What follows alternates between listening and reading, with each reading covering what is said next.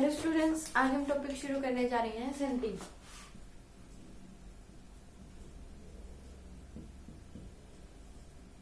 Centering कब use होता है? ये एमीटर और वोल्टमीटर दोनों में यूज होता है, क्योंकि एमीटर और वोल्टमीटर कोई आइडियल एमीटर और वोल्टमीटर नहीं है, जिसकी वजह से क्या आती है, रीडिंग गलत आती है। एक प्रकार से फॉल्टी एमीटर है। तो सेंटिंग को हमें यूज करके क्या करते हैं, एक सही रीडिंग करने की कोशिश करते हैं। ओके, तो सेंटिंग क्या होता है कि एमीटर और इनमें वोल्टमीटर में जुड़ के क्या करता है, मीटर और वोल्टमीटर के साथ जुड़ के सही रीडिंग देता है। ओके, तो एक सेंटिंग क्या है कि एक मतलब एमीटर और वोल्टमीटर में जुड़ के उनको क्या बनाता है, एक आइडियल एमीटर और वोल्टमीटर बनाने की कोशिश।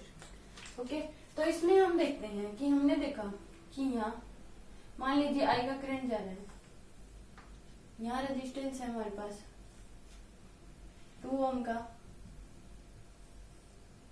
और 6 एम्पियर का करंट जा रहा है, ये हमारे पास है 4 ओम का।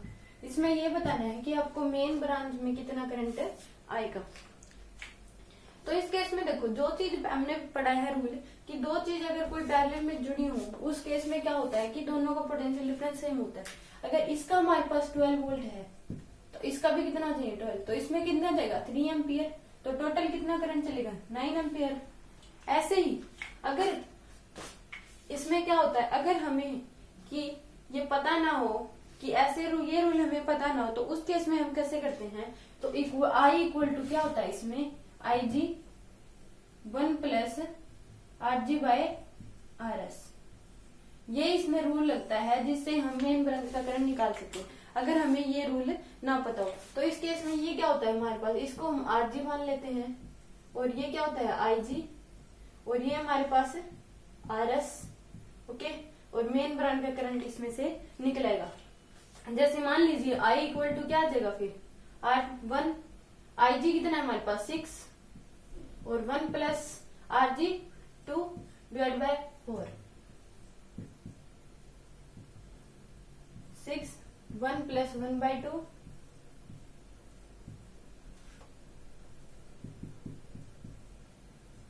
6 इंटू 3 बाय 2, तो क्या गया हमारे पास 9 एम्पियर, सेम करंट आ गया। तो ये क्या होता है I equal to I G 1 plus R G by R S. ये क्या होता है हमारे पास सेंटिंग रेजिस्टेंस होता है, ये इसको हम आर जी मानते हैं, इसको आई जी और ये आर एस और 1 आई इक्वल टू क्या आ जाएगा हमारे पास आई G 1 plus R G by R S. Okay, तो then you write down.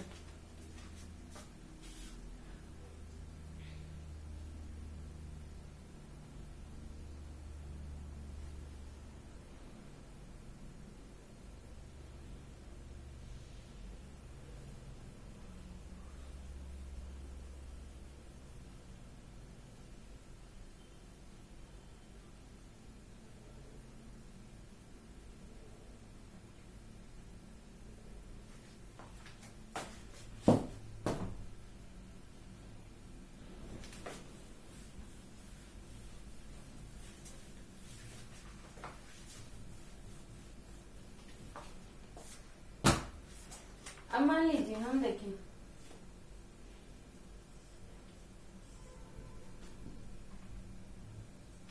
Okay, ये हमारे पास है 6 ओम का और ये हमारे पास क्या है 2 ओम का। ओके, इसके क्रॉस पोटेंशियल डिफरेंस है हमारे पास 12 वोल्ट। ओके, तो हमें इसके अक्रॉस बतानी है कि कितनी होगी। एक हमारा रूल होता है कि हमने पढ़ा था कि रेजिस्टेंस अगर जो सीरीज में जुड़े होते हैं तो उनमें करंट क्या होता है, सेम होता है। तो इस केस में क्या करंट फ्लो करना चाहिए 2 एम्पियर का करंट, क्योंकि तभी इसके अक्रॉस 12 है, तो इसके अक्रॉस क्या आ जाएगी 4 वोल्ट। तो टोटल हमारे पास कितनी होगी वी ए बी क्या हो गया हमारे पास, ए बी के क्रॉस टोटल पोटेंशियल डिफरेंस क्या होगी 16 वोल्ट। मान लीजिए हमें नहीं पता है, तो उस केस में क्या करेंगे, हम इसको क्या मान लेंगे आर एस। ओके, और ये क्या आ जाएगी हमारे पास वी जी। ओके, और ये आर जी। ओके, तो इस केस में हमारा जो हमें टोटल पोटेंशियल निकालना पड़ेगा V equal to V G 1 plus R S by R G, ये होता है। तो हम निकाल के देखें V equal to V G कितना है हमारे पास 12, 1 प्लस आर एस कितना है हमारे पास 2 और आर जी 6।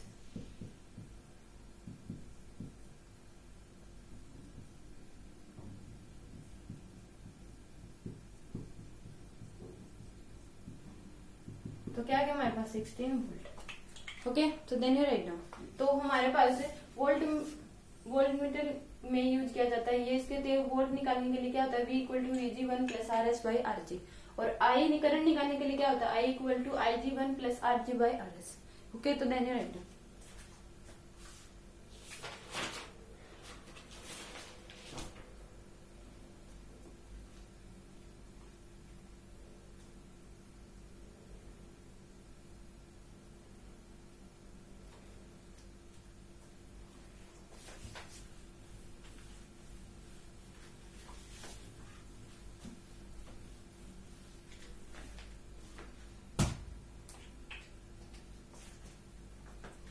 इसमें क्या है,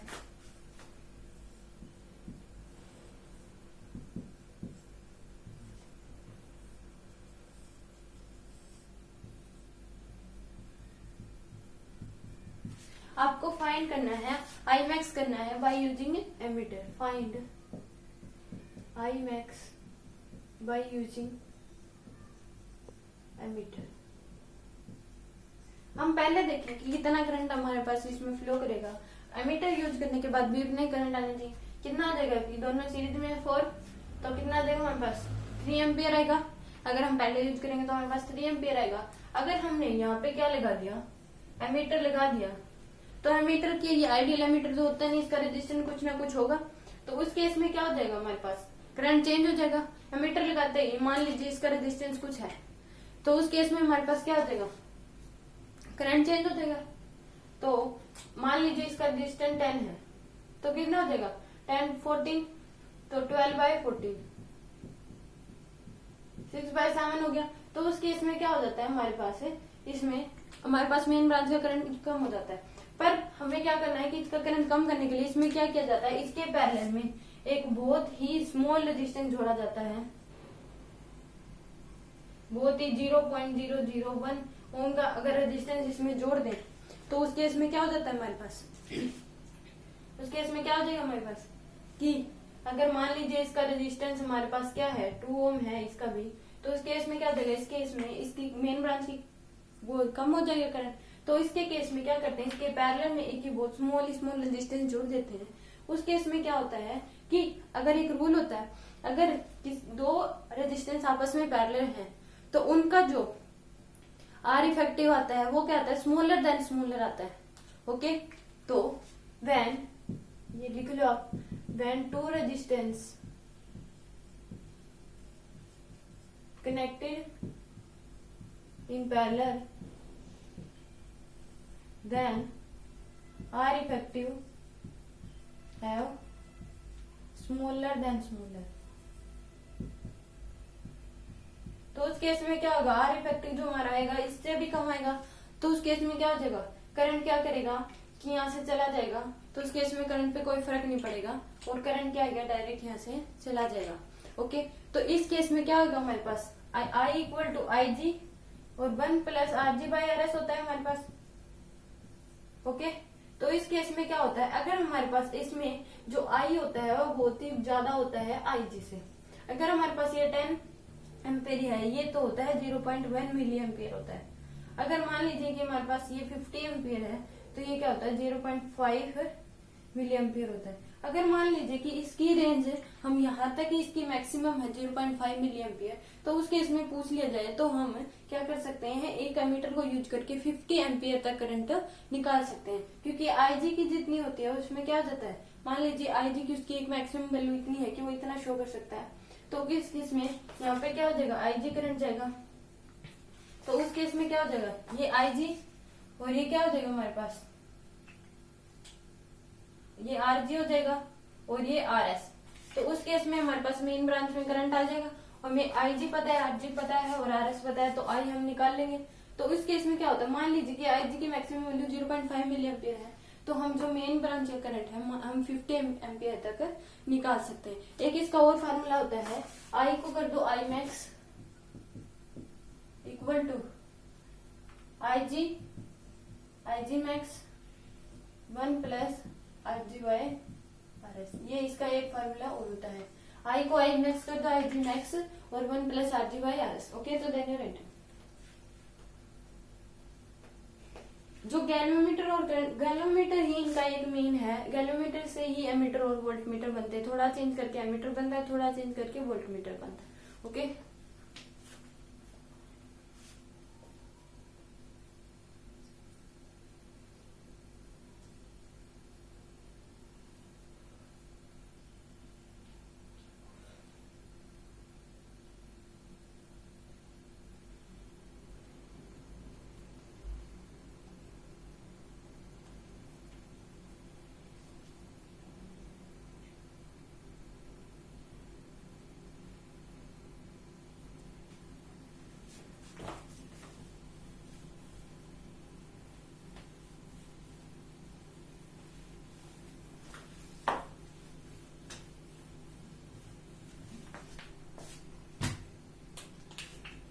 अब हमें क्या करना है कि इसका पोटेंशियल डिफरेंस निकालना है बाय यूजिंग वोल्टमीटर।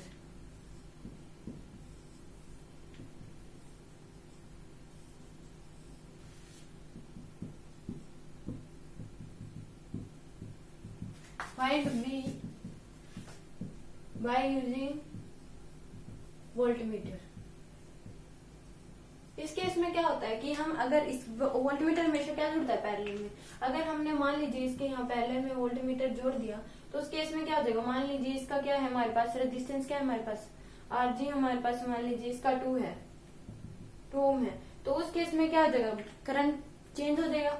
तो हमें क्या करना पड़ता है, क्योंकि इसको आइडियल नहीं है तो आइडियल बनाने के लिए इसमें क्या करना पड़ता है, हमें वेरी लार्ज रेजिस्टेंस हमें जोड़ना पड़ता है। मान लीजिए हमने यहाँ रेजिस्टेंस जोड़ा तो उसकी वैल्यू क्या होनी चाहिए, R equal to very large होनी चाहिए, मतलब 1,00,000 ओम तक कर दें। तो उस केस में क्या हो जाएगा, उस केस में ये दोनों क्या सीरीज इससे करेंगे तो क्या आएगा, इससे भी कम आएगा, क्योंकि हमने पढ़ा था कि अगर दो रेजिस्टेंस आपस में पैरेलल है तो उस केस में जो स्मॉल है उससे भी स्मॉल हमारे पास क्या आता है इफेक्ट। तो उस केस में क्या आएगा, करंट पे कोई इफेक्ट नहीं पड़ेगा। ओके, तो इस केस में क्या हो जाएगा, हम इसके और वोल्टमीटर क्या होता है अपने खुद के अक्रॉस क्या देता है हमें, वोल्टमीटर हमेशा खुद के अक्रॉस क्या देता है, पोटेंशियल डिफरेंस देता है। तो इसके अक्रॉस जितना पोटेंशियल डिफरेंस होगा वो इसके अक्रॉस निकलेगा।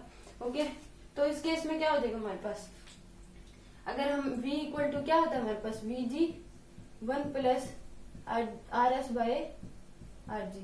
तो ये हमारे पास क्या है RS, और ये क्या होता है हमारे पास सेंटिंग रेजिस्टेंस होता है जो हम जोड़ते हैं। इस केस में ये आइडियल वोल्टमीटर की तरह काम करने लग जाता है। और ये क्या है हमारे पास RG, और ये हमारे पास VG आ जाएगा। तो V इक्वल टू हम निकाल लेंगे VG 1 plus RS by RG, और इसको क्या लिख सकते हैं, V max equal to VG max 1 plus RS by RG। तो ये क्या होता है, इस केस में इसको पैरेलल में एक वेरी लार्ज रेजिस्टेंस जोड़ देते हैं। उस केस के मतलब R इफेक्टिव भी चेंज नहीं होता, ना ही पोटेंशियल डिफरेंस चेंज होता। ओके, तो देन यू राइट।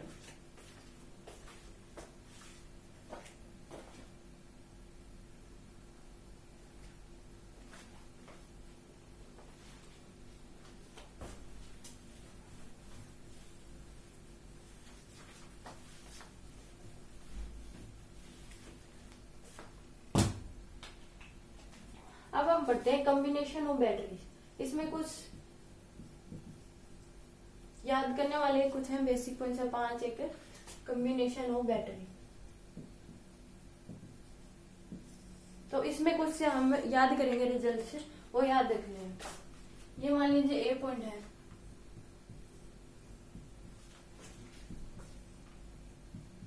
ये हमारे पास बी पॉइंट है।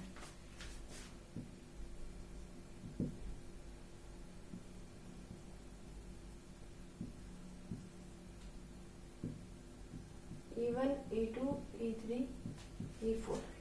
तो इस केस में क्या आ जाएगा हमारे पास, इस केस में जो हमारा E इफेक्टिव होता है वो क्या हो जाता है, E1 plus E2 plus E3 plus E4, और हमारे पास R इफेक्टिव हो जाता है R1 plus R2 plus R3 plus R4। Okay, तो ये हमारे पास क्या हो जाता है R इफेक्टिव और ये E इफेक्टिव। ओके, तो देन यू राइट।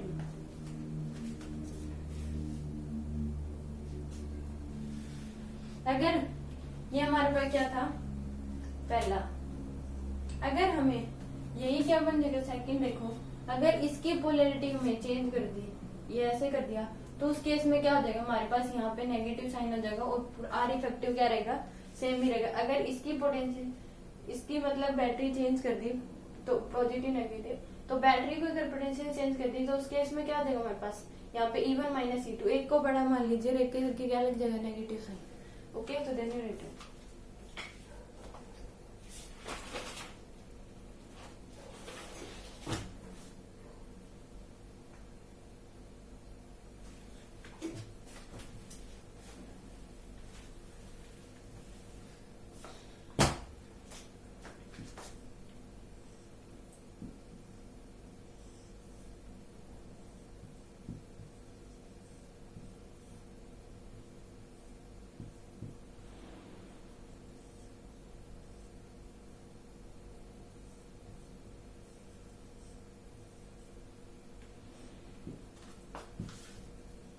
ओके, ये हमारे पास है।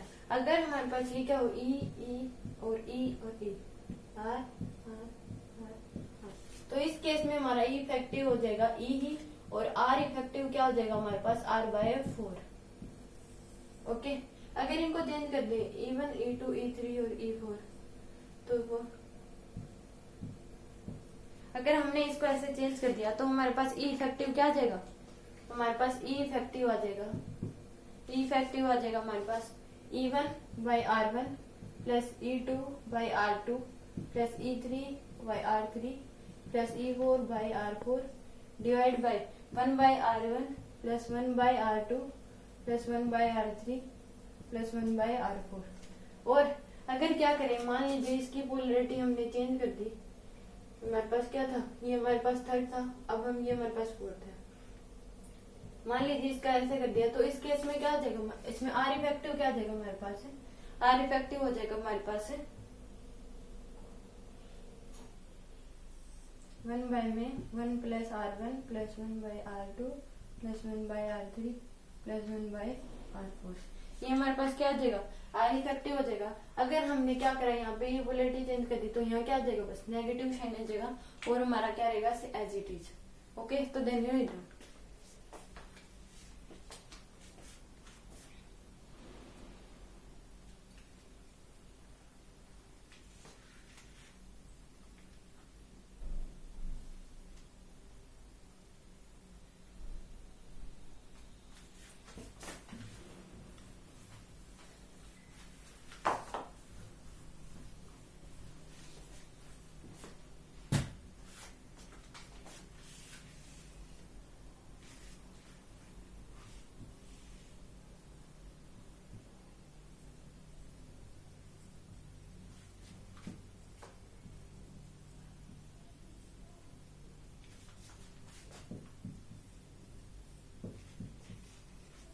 ये हमारे पास क्या है, यहाँ पे n बैटरीज हैं। ओके, ये हमारे पास n बैटरीज हैं।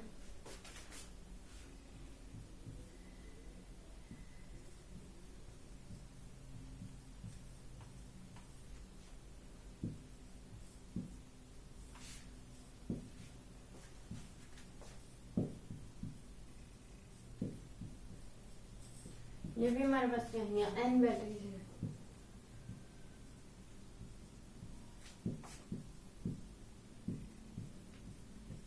ओके, ऐसे ही हमारे पास क्या चल रही है, यहाँ पे हमारे पास ऐसे ही रोज चल रही हैं, और हमारे पास क्या है, m रोज है, m रोज है। ऐसे ही हमारे पास यहाँ पे क्या चल रही हैं, और नीचे जाते जाते हमारे पास क्या है, m रोज है।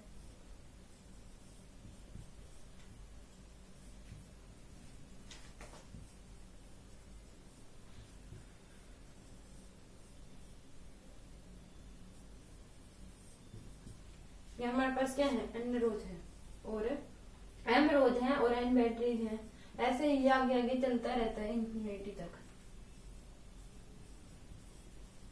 तो इस केस में जो हमारा ई इफेक्टिव होता है वो क्या होता है, हमारे पास ई इफेक्टिव जो होता है वो हमारे पास एन ही हो जाता है, क्योंकि इस केस में क्या होता है, हमारे पास ई ही रहता है, और एन रोज है तो ई इफेक्टिव एन ही हो जाएगा, और आर इफेक्टिव क्या हो जाएगा हमारे पास है, NR/M,